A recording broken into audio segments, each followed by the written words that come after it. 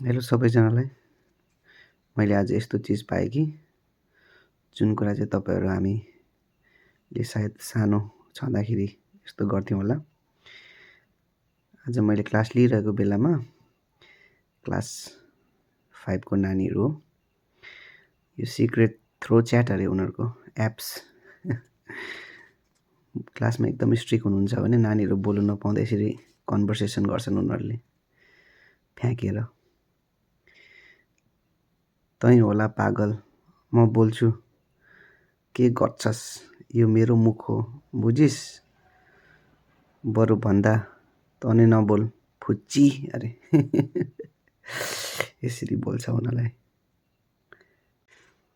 अनि रिप्लाई पाएन भने चाहिँ यसरी, मैले दिएको रिप्लाई देन अरे।